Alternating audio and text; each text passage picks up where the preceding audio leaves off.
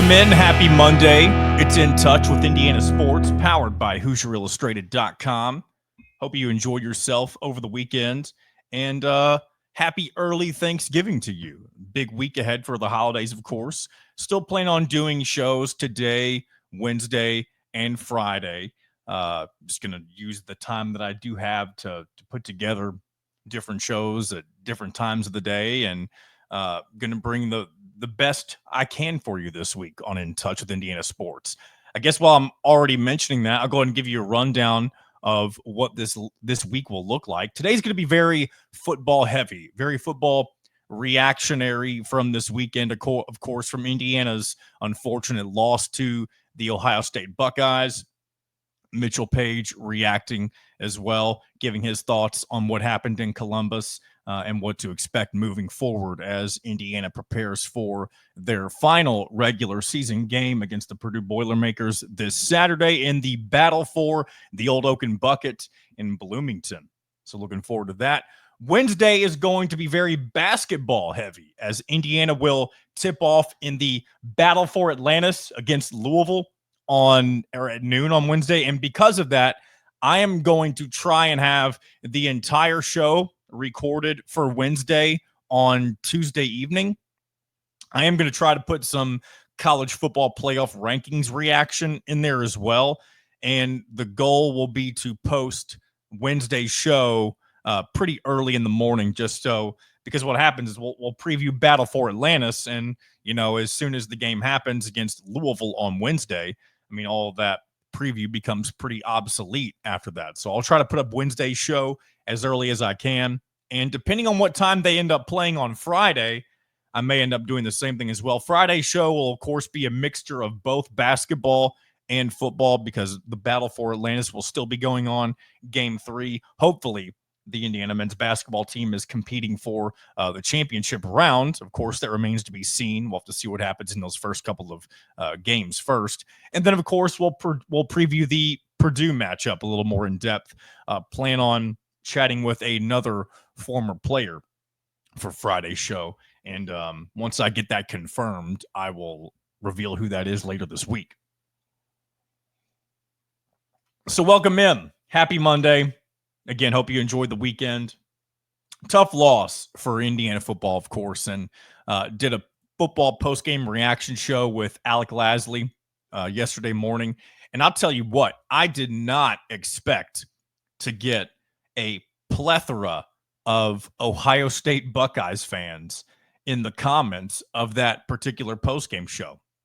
I was super impressed by the numbers that particular post-game show was doing. I believe at the time of this recording, we're we just went over 3,000 views on this post-game show, which again, to big channels, that number is nothing, but to smaller channels like us at Hoosier Illustrated, 3,000 is really good for us, of course, and it's, it shows some growth. But a lot of that came from some angry Ohio State fans. And I got to say, I said this on Twitter the other day. To get a win, in the fashion that you did, you dominated Indiana 38-15, pretty much from the second quarter forward, you dominate that game. And to still be angry at the opposing fan base, it really just confirms everything that we thought we already knew, and that's Ohio State fans, and really probably every major fan base in college football, and you can even say college sports in general. Not that Indiana football isn't a major fan base, but I think more of the toxicity for Indiana comes from the basketball side of things, and that's just the truth, right? But Ohio State football fans, I'm not going to read any of these comments, and none of them were genuinely nasty. Like, nobody said anything rude to me and about me personally or anything like that. But a lot of fans on the Ohio State side just angry that I was throwing out what ifs for Indiana football. But that's why I'm catering to an Indiana audience, of course, and me being an Indiana fan myself, I am going to talk about the what ifs. And a lot of that was based on, like the special teams plays. Those are things that are controllable on Indiana's side of things, to where if you don't mess those up, you don't put yourself in bad position to give Ohio State easy scoring chances.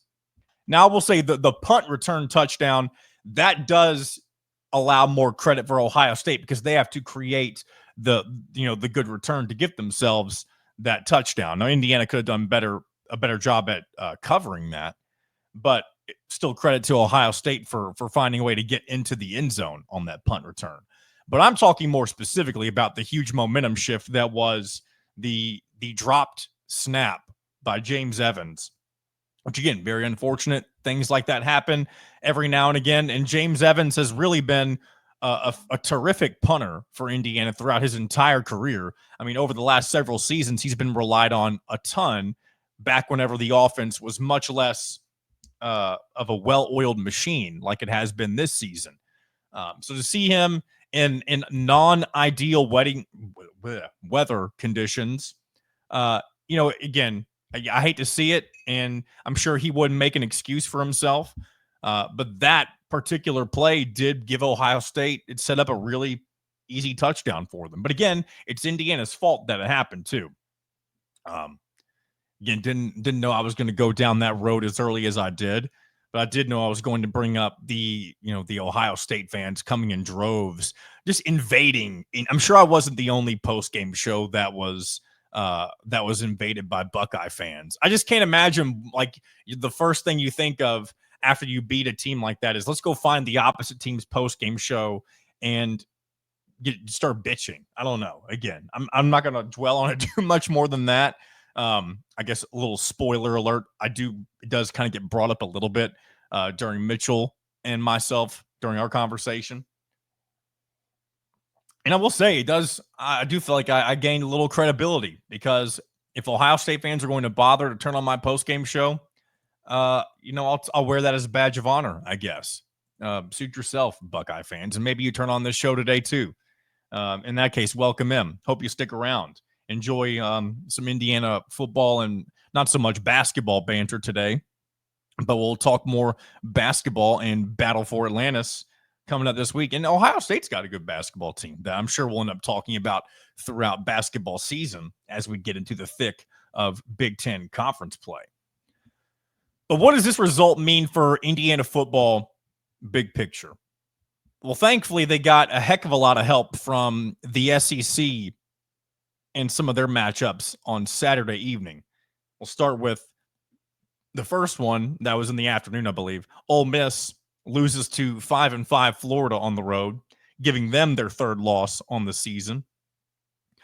Alabama loses to Oklahoma on the road. I believe they were also 5-5, giving Alabama their third loss on the season.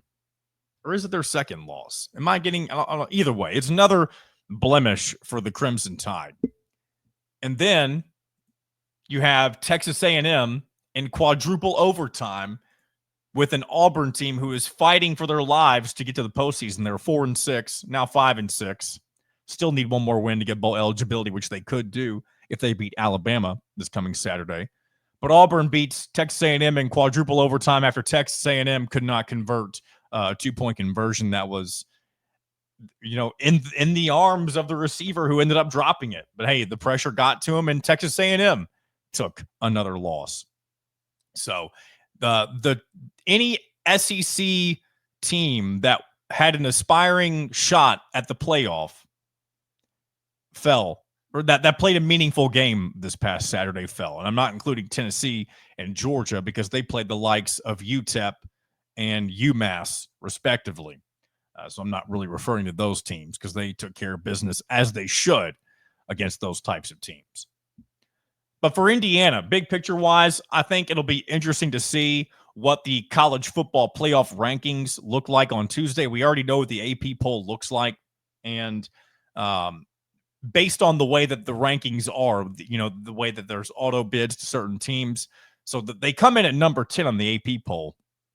But if it were set up, if the AP poll was going by the format of the college football playoff bracket, technically Indiana would be the 11th seed right now, going on to face Georgia on the road, which I'll say this now, there's not a single team other than maybe Texas that I would be maybe Tennessee as well. And I'm getting ahead of myself. I'll word it like this instead. there are not nearly as many SEC teams that I would be afraid of for Indiana to play on the road as I would normally say so. I wouldn't even be afraid if they played Alabama. Now, I don't think Alabama's going to get in the playoff anymore. But all of the SEC has shown like they're a good conference, but they're not the world beaters that they are used to beating. There's not a single team in the SEC this year that is currently unbeaten. And what I mean by that is they're all beatable. You get a team on the right day, I think you can knock them out. I don't think there's a single team in the SEC that's better than Ohio State and Oregon. Now, maybe that is my Big Ten bias showing, and that's totally fair if you think that. But I think Ohio State is clicking at the right time. I think Oregon is clicking at the right time. And of course, Oregon, the now lone unbeaten in college football, now that both Indiana and Army suffered their first losses of the year this past Saturday.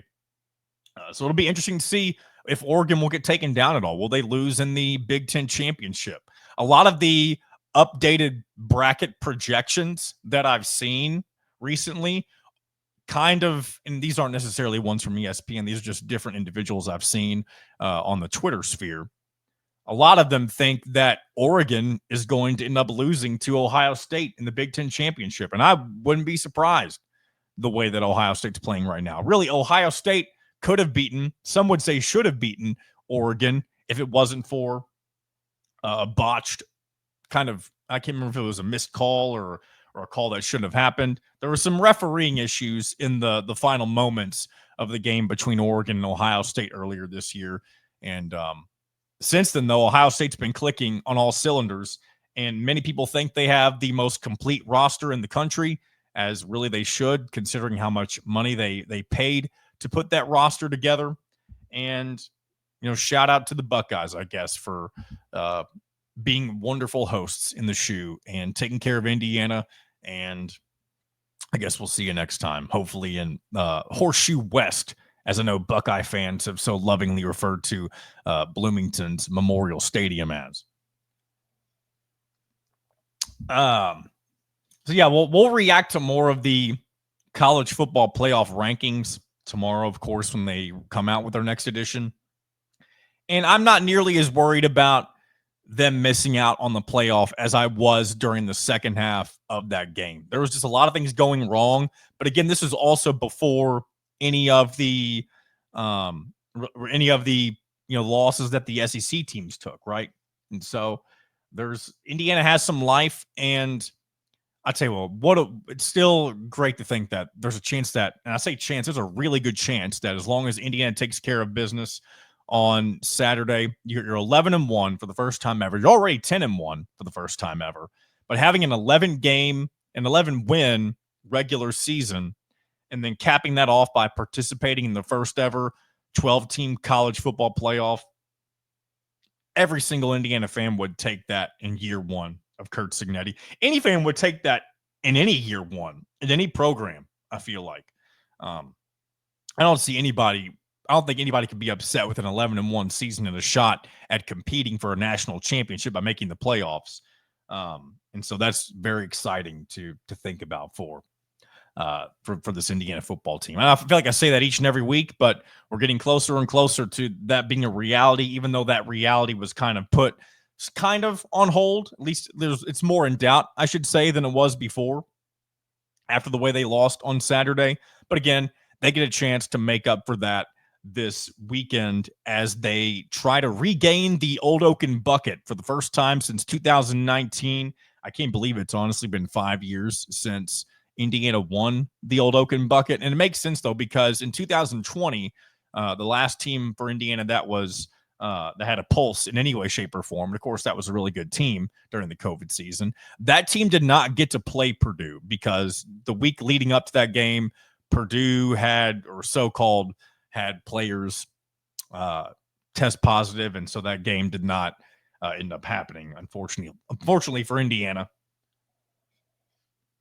And because of that, that game ended up not happening that year. So Indiana has not. So they held on to the bucket, but they didn't have to put it on the line and potentially win it in back-to-back seasons. So It'll be interesting to see if Indiana can take care of business, because that's exactly what they need to do. Don't give any reason for the college football playoff committee to think that this team is not as good as they've been all season long.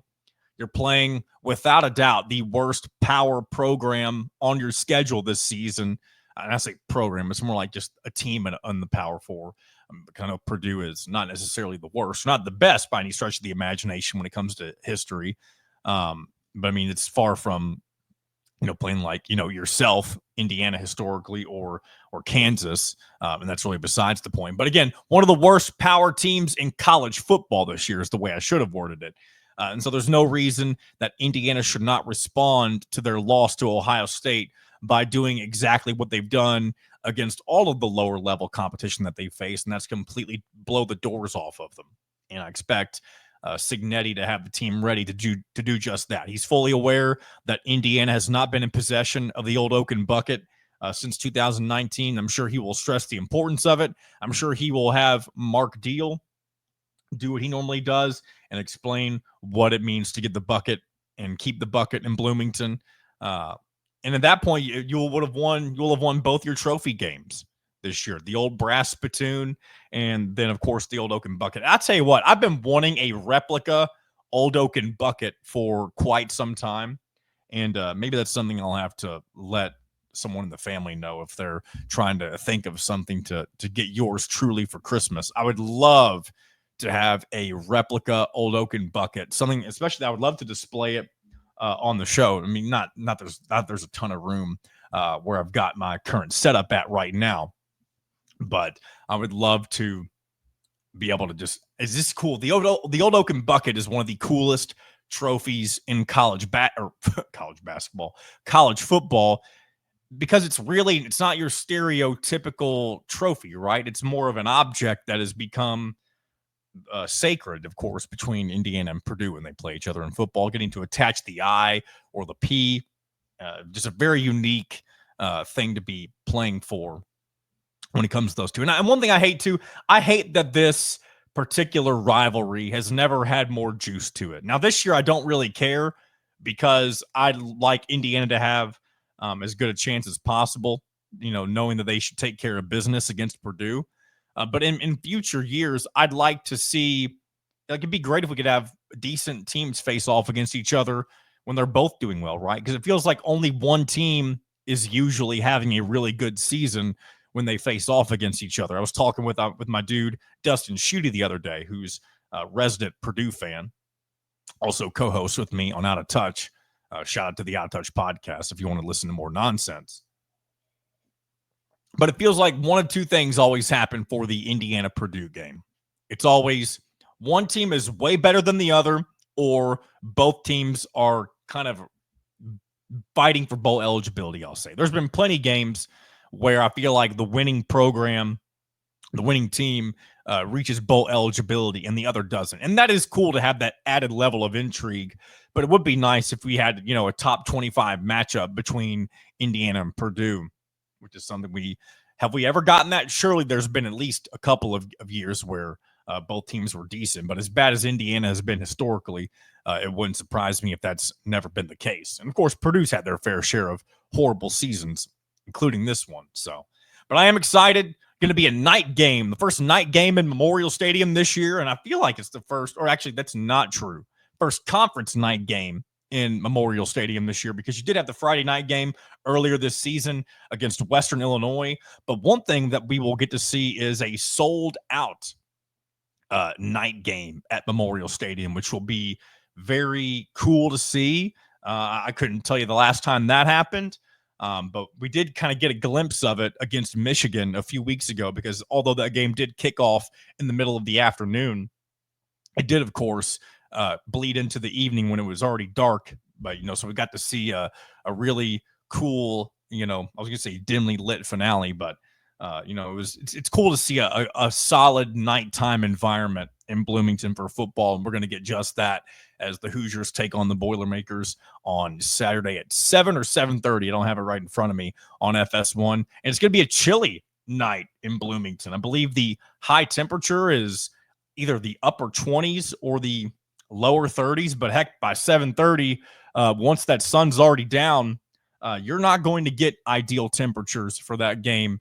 for those who will be in attendance this weekend. So unfortunate for those who dislike this type of weather. I myself am not I'm not as opposed to it. I do love the pairing of non-perfect weather, especially when I don't necessarily I hate rain. I'll go ahead and say that, but lower temperatures, and even if you get a little bit of snow, I don't think they're calling for snow this weekend at Memorial Stadium. Maybe that changes as the week goes on, but I don't think that will be the case. But I like this type of weather for football. It really gives off that there is a something on the line, right? Like you're all suffering together to get the result that you want. And maybe I'm over dramatizing it a little bit, but I just think there's an added level of intrigue when not only is the team fighting against the elements trying to play the game, but the fans are right there behind them doing the exact same thing. I think there's something really cool about that. And again, hate that I won't be there, but if Indiana does find their way into the Big Ten championship game, because there is still an outside shot at that will require Ohio State to lose to Michigan and Penn State to lose to it's either Maryland or Michigan State. I can't think of who they're playing this weekend. But if both those teams lose and Indiana beats Purdue, that gives Indiana the right to go to the Big Ten championship game, being the only other team with one loss, considering that would be Ohio State and Penn State's second conference losses on the year. So that would be another opportunity for Indiana to have a shot, another metric, if you will, to get into the college football playoff. Again, there's some people that would argue that it's not good for you to play in the championship game now, though, because Purdue, them as a team in and of itself doesn't really do anything for your resume. You just don't want to lose to them. You want to dominate them. But now you have to play an extra game if you do win that and somehow find your way in the Big Ten championship facing Oregon. If you get blown out to Oregon the same way that you got blown out against Ohio State, does that kick you out of the playoff? Do you want to miss the playoff at that, or miss the Big Ten championship game to have better odds of making the playoff? I think either way, if you're an Indiana fan, you would be satisfied if you played in the Big Ten championship. But it would be disappointing to see that if you lost that game in a bad way, that would kick you out of the playoff. It'll be interesting to see where they end up with the committee this Tuesday, just kind of see in general where they'll be at. But yeah, that's something I haven't really thought about. That could be intriguing, depending on. Do we want? I'm curious if you're listening to this part of the show. Tell me right now, whether it be in the YouTube comments or if you want to leave a message on the hotline, 502-830-9195. Would you rather have Indiana make the Big Ten championship with the potential risk of being out of the playoff with another blowout loss to somebody like Oregon? Or would you rather have Indiana not make the Big Ten championship, but know that you're going to be in the college football playoff, whether it be as, a 10, 11, or 12 seed, something like that? So yeah, I'm curious. Let me know your thoughts on, the YouTube comment section or on that hotline, 502-830-9195. And again, that's a voicemail hotline. It's not a live hotline. So if you call that number, it will save your message and I can play that message on future shows. So we'll leave it at that. Let's go ahead and bring in Mitchell Paige, talk a little bit more about what happened against Ohio State this past weekend. And when we come back, we will revisit. I'll take a look at some of the results, some more of the results from college football over the weekend. And also going to do a couple more non-rev shout-outs just from teams that did some good stuff over the weekend. I don't want to leave those hanging all week long when they become less relevant, because certain things will also happen between now and then for teams I'm going to shout out. So talk a little bit about that, and then maybe a little bit of NFL as well to wrap things up, depending on how much time we have. So without further ado, Mr. Mitchell Paige, former Indiana Hoosiers football wide receiver, joining us now here on a Monday on In Touch with Indiana Sports. It is none other than Mitchell Paige, fresh off a trip from being out west in Arizona for the Barstool Classic. Welcome back. Yeah, man, we're happy to be here. Wish we had a little more positive things to talk about today. Either for the Hoosiers or for how the golf tournament went. But we got a bunch of negatives going on. Well, I guess real quick though, in comparison to last year, how was the golf tournament? We didn't play as well, but I did make a hole in one, which is exciting. Shout out to the hole in one. Yeah. We'll take those. Yeah, first one ever. So. And then I guess moving on to the football side of things, the Hoosiers unfortunately take their first loss on the year to, of course, the mighty, mighty Ohio State Buckeyes, who, in my opinion, I think it's them or Oregon as the best team in the country, not only the Big Ten, especially after some of the things we've seen from the SEC as of late. Don't want to get into all that stuff right now, but Hoosiers now 10-1. In my opinion, still firmly in the playoff picture. And I think after what we saw from the rest of the games this past weekend, I think most people would agree as well. As long as you take care of Purdue this upcoming Saturday, I don't see any reason to think that Indiana would be left out of the playoff. But again, we'll get to that in a moment. Mitchell, I'm going to get your just kind of initial thoughts. What happened on Saturday? Of course, the Hoosiers did get off to a fast start. And then there was a couple of things that happened that really just took momentum away from Indiana. And from there on, they weren't able to get anything back on the rails, unfortunately. Yeah. As you mentioned, the special teams plays, I think when you give up a special teams touchdown, the statistic is you win or you lose. If you give up the touchdown, you lose like 87% of the time. And then to have another one that doesn't directly lead to a touchdown, but gives them the ball on the 4-yard line or whatever, it makes it a much oh, geez. Excuse me. We love burping. I do that many a time on this show, so don't feel like you did anything wrong. Oh, my gosh. That came out of nowhere. What the heck was that? You add in the fact that you give them the ball on the 4-yard line, you give up a punt return, gets you behind the sticks, you got to start throwing the ball, and they schemed us. They just beat us. That's what happened. It wasn't any tricks, anything that was outside of the ordinary. They just beat us. Their quarterback, Will Howard, played awesome. He was clinical. They got the ball out of their hands, out of the quarterback's hands quickly. I thought our defense, especially defensive line, did really well applying pressure. And he still was just comfortable, calm. And when you have that many weapons at your disposal and you're in a rhythm, it's just going to be hard to beat you. That's a really, really good team. I think it says more about how good Ohio State is than how bad Indiana is. You see, obviously, the frauds, whatever. No. I mean, they stood up to them, especially on defense. They did play well on defense, despite what people in your comments from your post-game show think. They played great on defense. They had short sides of the field because Ohio State's defense was so dominant. They were so dominant. Everybody's talking about receivers, drops, get the ball out of his hands. He didn't even have a chance. We weren't even completing 3-step drops before there was 3 guys in his lap. They just out-schemed us. They were more physical. They just won the game. That's all that happened. I've watched games like this before where you just want to scream because you're so frustrated. Like, why? What is happening?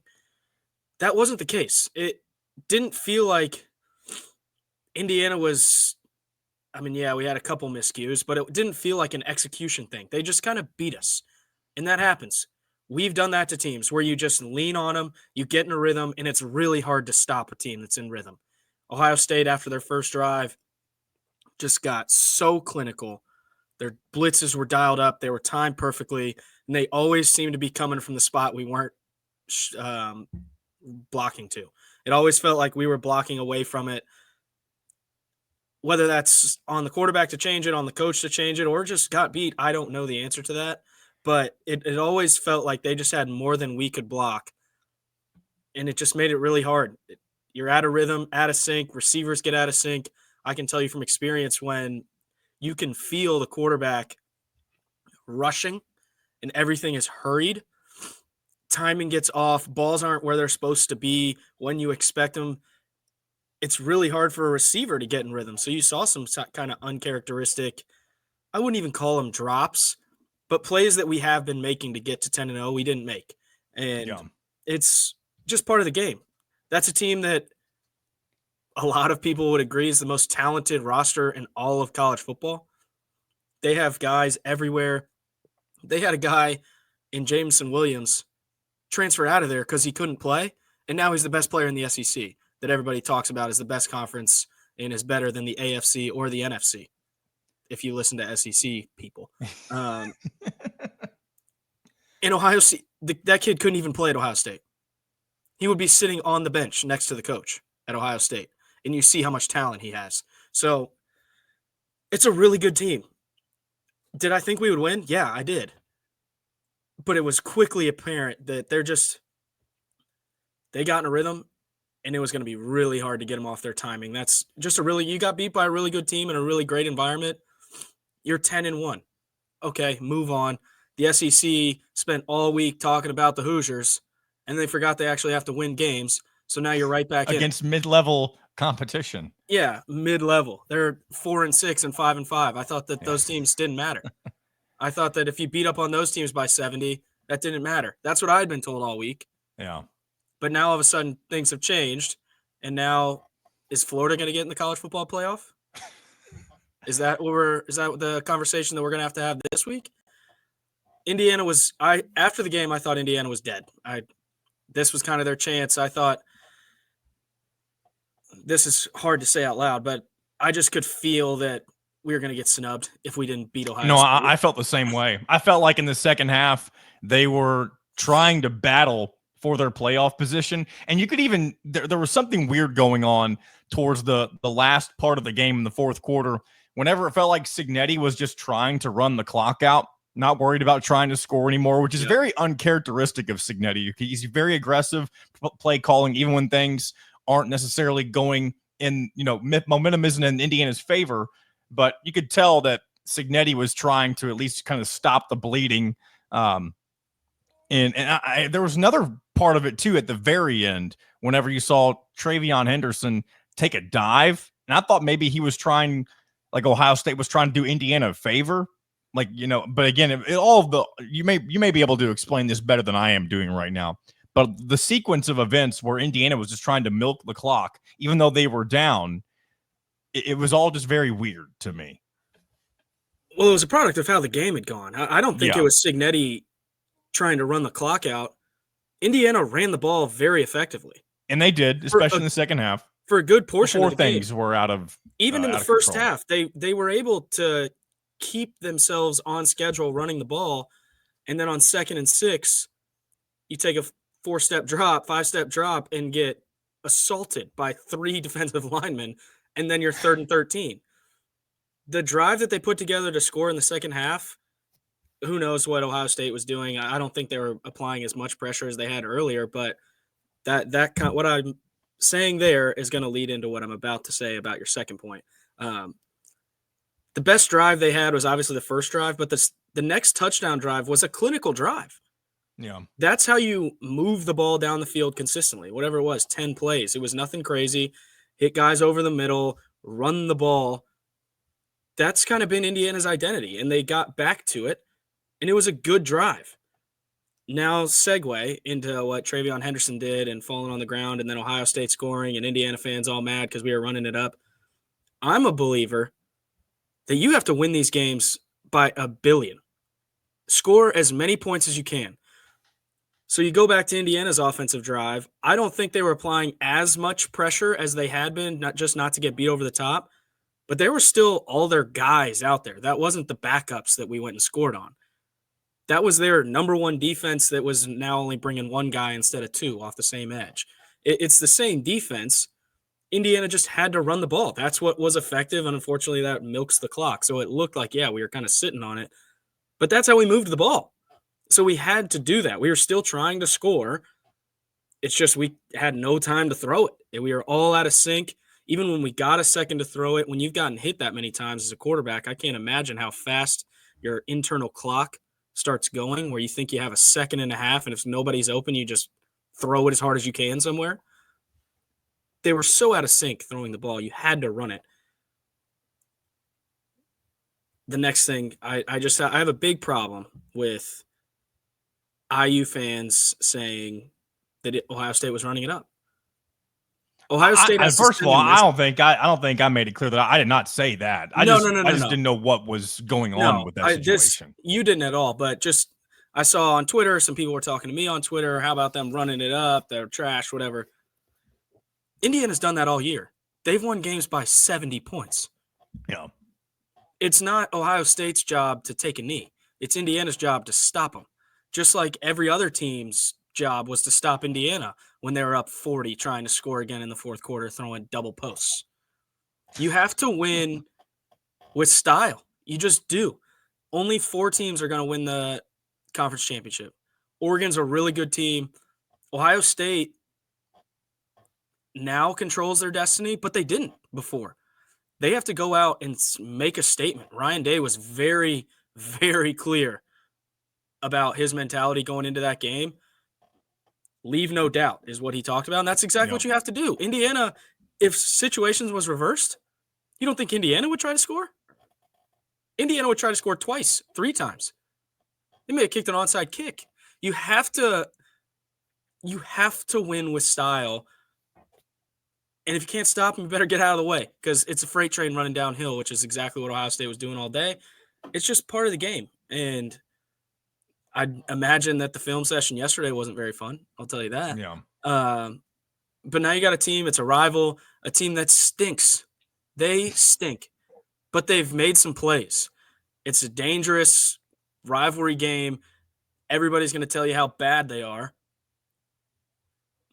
My guess is they don't talk about it again all year. It's time to refocus on an opportunity at hand to be 11-1. It's the most wins in school history already. 11 wins doesn't happen very often to anybody. Anybody. Ohio State, sure, it happens. Any other team in the Big Ten, it doesn't happen that much. How many times has Penn State won 10 games or 11 games in the past 10 years? Not very many. So you have a chance to do something really cool. And you got to do it with style. So this is all leading up to, I anticipate if Indiana gets a chance to win by 100, they're going to do it. You have to have style. You have to show the committee, yeah, we got beat against Ohio State, but this is what we can still do.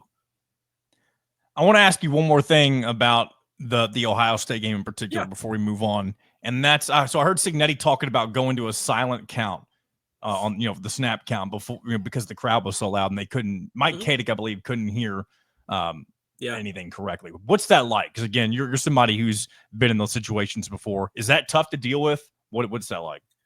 So I guess it depends. We went on silent count a lot when I was in school, and honestly, it made it a lot faster. The way they were doing it was kind of weird with the guard throwing his hand out to make sure that the center could see it. We would always have the center looking between his legs.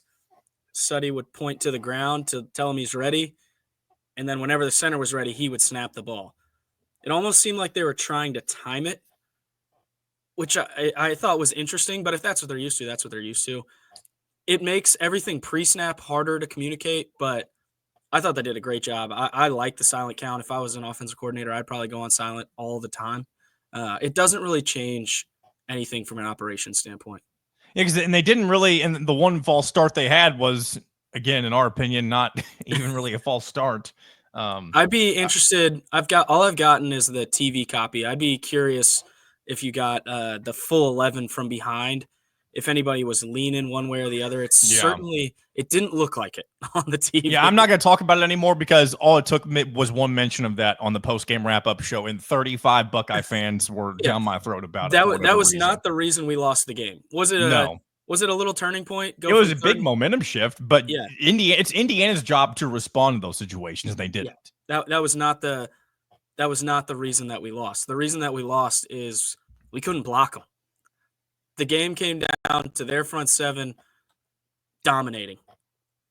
That's it. They dominated against the pass. I thought we ran it great, like I said, but when you can't complete a 3 or 5 step drop and get some of your rhythm, back shoulder throws, slant routes that they've thrown a bunch, you can't even get those off before you're getting sacked. You're just not going to win. You're just not. And that's what we saw. It was a complete domination from the Ohio State front seven on defense, more so than any other position group or special teams anywhere. It was their guys being more physical than ours. So the AP poll came out, and again, I know that's not the poll that we reference anymore, but it is a one way to kind of potentially predict what tomorrow's rankings may look like. Indiana comes in at number 10. If you shift things around in the AP poll to look the way they're supposed to with the bracket, Indiana would technically be number 11. If that ends up being where they are tomorrow, do you think that is satisfactory or not? Touchy, because it depends. Alabama got stomped by an Oklahoma team that lost by a zillion to everybody. And I thought in the AP poll, they dropped 6 spots and we dropped 5. They lose at an Oklahoma team that has no offense, none, score 3 points. Indiana goes to arguably the second or one or two best teams in the country, goes to their place in front of 110,000. Yeah, got beat up a little bit, but I mean, they were at least put up a fight on defense. Alabama had nothing. Ole Miss loses to a Florida team that hasn't beaten anybody. They've played people tough. They played Georgia tough, but it just, I don't know. It all depends on what happens around them. If those other teams drop significantly, then yeah, it's fair. You did. You got smoked. So yeah, you deserve to drop. But I thought relative to some of the other drops that some teams had for much worse losses, I thought it was a little harsh, but I think they'll be firmly in. My guess is they'll be either in the 9th or the 10th. I'm kind of along the same thinking as you, and as long as they take care of Purdue, and I am under the belief that like you said, they need to win this game by 1,000,000 points. I mean, not literally, but if they can, 49-0, something along those lines. It needs to be emphatic, leave no doubt, as close to a shutout as you can pitch, and you need to be smoking in rhythm. I don't think they've been in rhythm for the majority of the last 6 quarters they've played on offense. You've got to find that rhythm because you got to show that you're peaking. The college football playoff is going to want the 12 teams that are the best teams and peaking at the right time. Because one thing that could get tricky, unfortunately, for Indiana, if you don't dominate Purdue, Texas A&M, even though they're now ranked number 20, they still have a path. Because if they beat Texas, I believe, this coming Saturday, they'll get into the SEC championship. And if they win that SEC championship, then of course they get an auto bid for the playoff, which will again knock out another team, which I feel like more than likely that could be Indiana on the chopping block, depending on what happens to other teams over the weekend. That's the one thing to keep an eye on, I feel like, this Saturday. Our hopes are not gone, but they're on life support. Speaking of things that that have a very slight chance of happening, Indiana can still technically make the Big Ten championship if both Ohio State and Penn State lose this weekend. I'm not betting on that, but it's still a possibility. How close were we with Penn State? Boy, did they deserve to lose that game. Because at that point, all you would need was an Ohio State, losing their 5th straight game to Michigan. Yeah, which I don't foresee. They're back at the shoe again this week, are they not? I think so, yeah. Okay, that's what I thought. Yeah. I just this is a very different Ohio State team and a very different Michigan team. Ohio State, we've talked about it a lot, and I thought it was going to be kind of a detriment that their quarterback wasn't the flashy kind of all-star dude that they've had for so many years.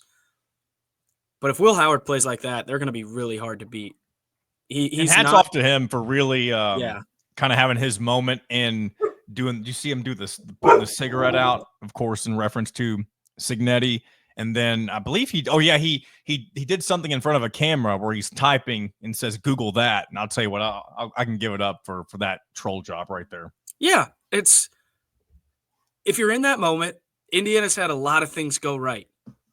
Sometimes they don't, and you got to live with it. If we were Ohio State fans, we put the Google up there on the big screen and Ohio State wins, whatever. That's what you're supposed to do. You're supposed to do that. The fact that they're even taking the time to make that, because somebody had to put time in to make that, to put it on the Jumbotron. You've entered a little different kind of stratosphere.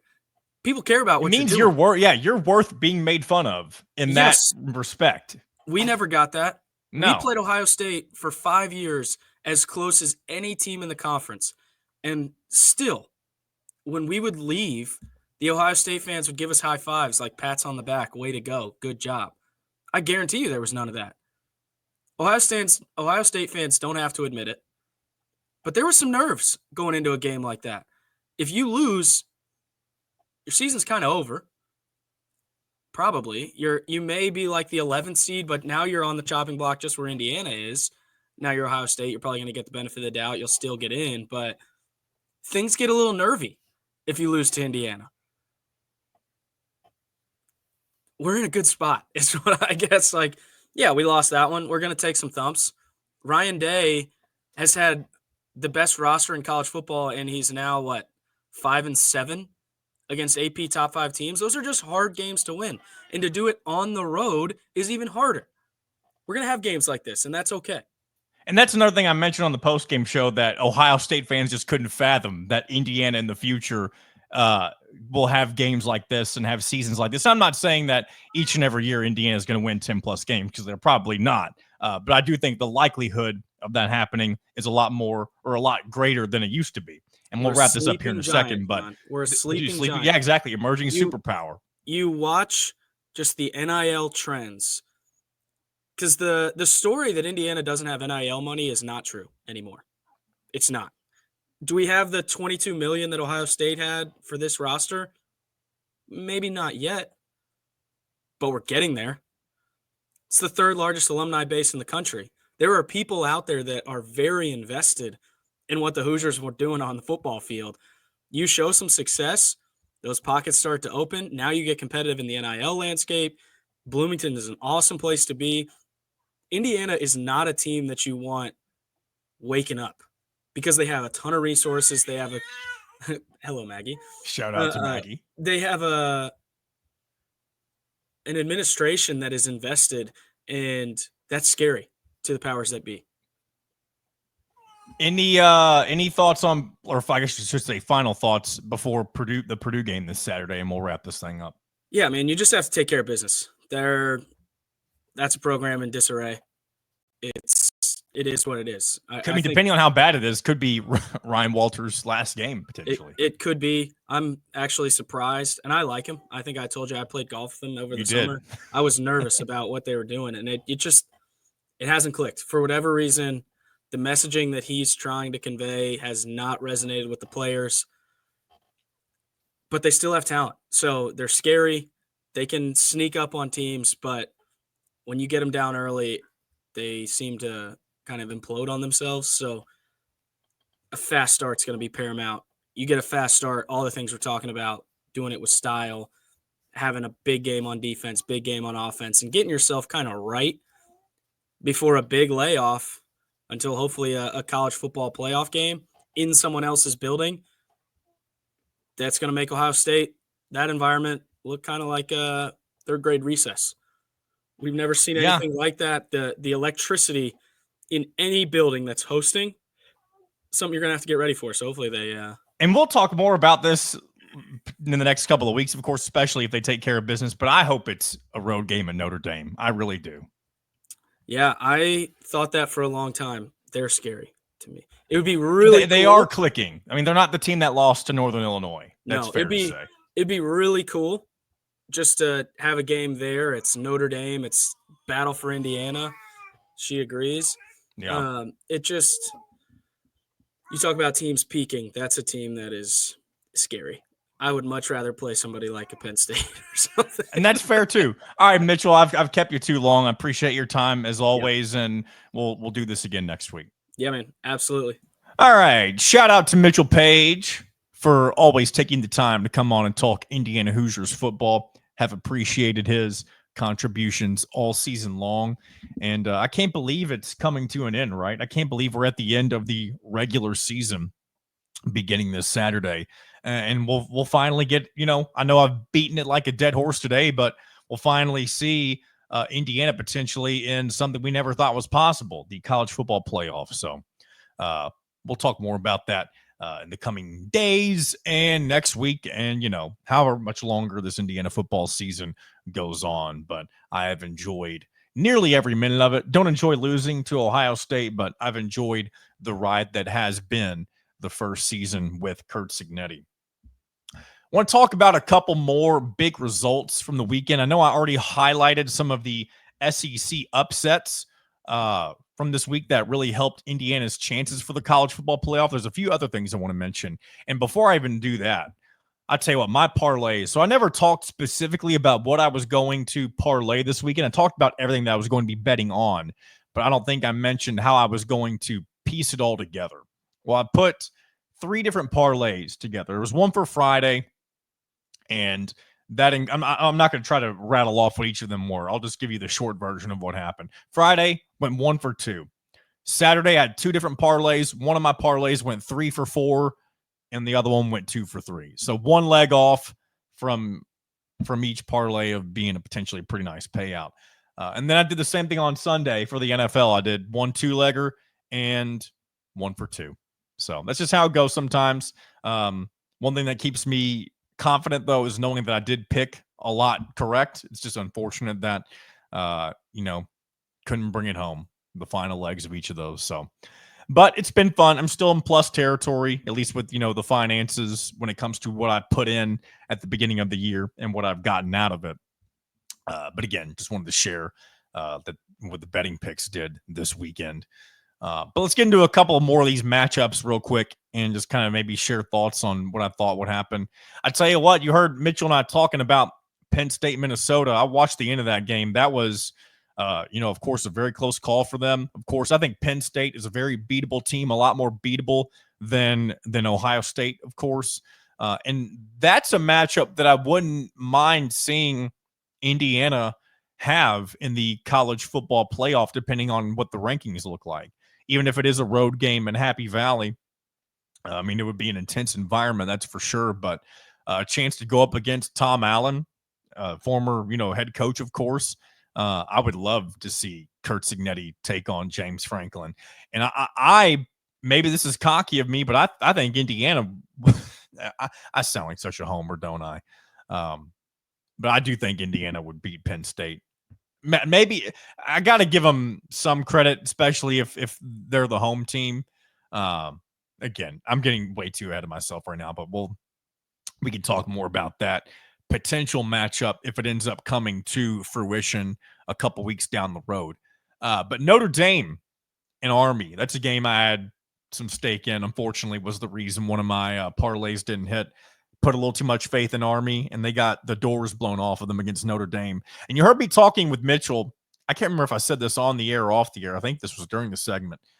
But I mentioned wanting to play Notre Dame. Be like saying that's another matchup I'd like to see with Indiana. But I really think Mitchell is onto something. This is a Notre Dame team that, even though they do have that very odd blemish from losing to a MAC team like Northern Illinois, this team is a lot better than the last couple of seasons. Marcus Freeman does have them clicking a lot more than, they're just more of a well-oiled machine than they have been in previous years. There's less holes in this Fighting Irish team. So maybe I would want to second guess Indiana traveling up to South Bend. Of course, it would be nice to see Indiana take them down, but maybe that would be a little more difficult than I imagine it being. What else was big over the weekend? I know there's a couple Big 12 matchups. I'll tell you what, the Big 12, very weird, messy conference, and a couple games to react to right here. Kansas, for the 3rd straight week, plays spoiler to a team that had college football playoff aspirations. Started off a couple of weeks ago by knocking off previously undefeated Iowa State.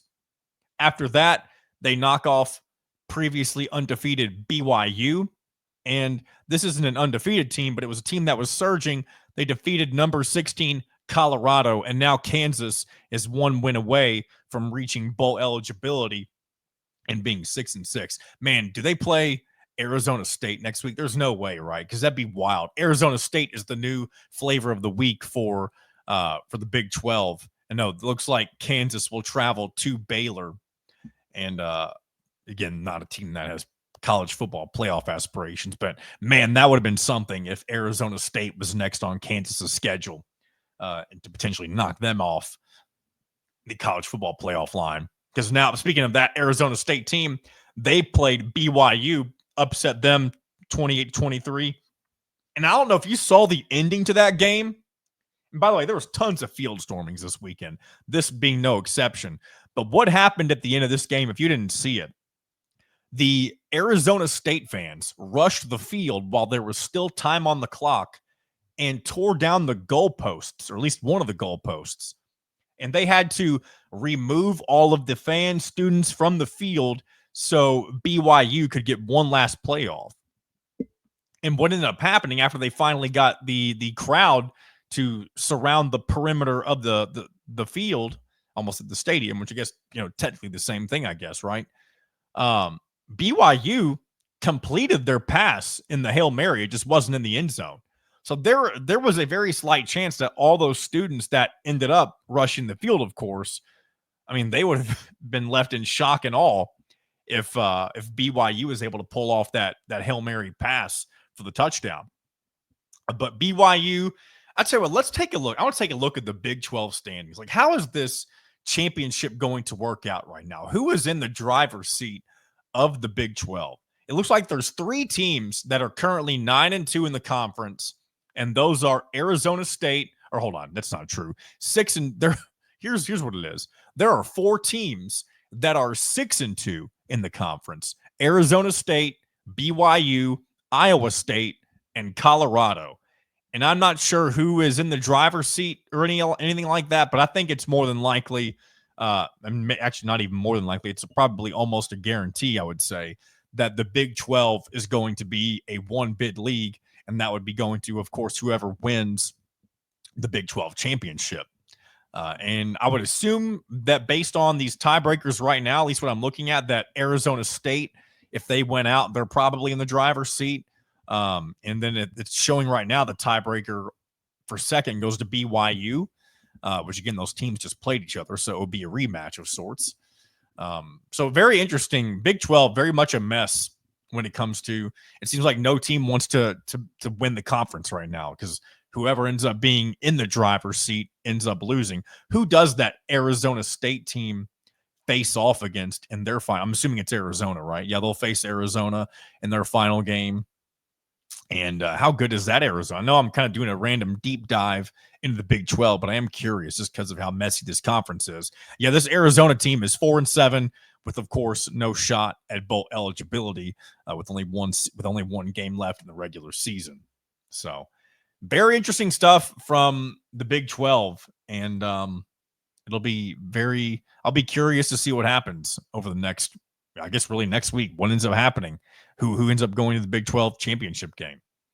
One more thing before we wrap up today's show. Couple of non-revenue shout-outs, and I know I usually reserve these for different times, but one thing I noticed last week, I don't like doing the non-revenue shout-outs for certain results that have already taken place a few days ago, whenever they're more newsworthy earlier on in the week. So we'll start off with women's basketball. They are playing in their iteration of the Battle for Atlantis.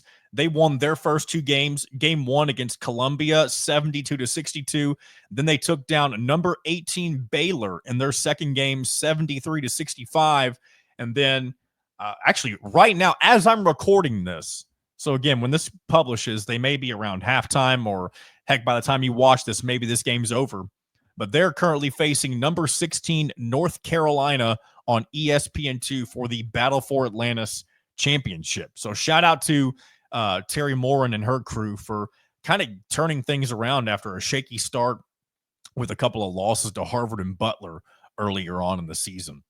And then I also want to give a shout out to Indiana men's soccer for winning their first round in the NCAA tournament against number 13 Akron, 2-1 in overtime. Golden goal they do in college soccer, which some people like, some people dislike. Of course, this worked out in the Hoosiers' favor. They will now advance to face number 3 seeded Denver at a shot. They'll be going on the road in this game, this match, I should say, and the winner will move on to the Elite 8 of the men's soccer NCAA tournament. So shout out to both women's basketball and men's soccer for their performances over the weekend. Again, women's basketball currently playing right now against North Carolina, and then Indiana men's soccer faces Denver this upcoming Saturday. It'll be right. If you're going to watch this, I don't know if it's going to be on television, but you'll be able to check it out before Indiana takes on Purdue. This game will be at 4 p.m. Eastern time. And, of course, Purdue, Indiana being at 7 on FS1. That'll wrap it up for a Monday edition of In Touch with Indiana Sports. It's going to be a lot more basketball heavy on Wednesday as we talk a lot of battle for Atlantis and Indiana's path to, really one of Indiana's most important stretches of the season. Definitely the most important stretch of the non-conference slate of things. So we'll talk more about that on Wednesday. Appreciate you sticking around for the entirety of today's show if you ended up doing that. If you haven't already, subscribe to Hoosier Illustrated on YouTube, and you'll be notified of when we upload anything and everything, when we do live shows, that sort of thing.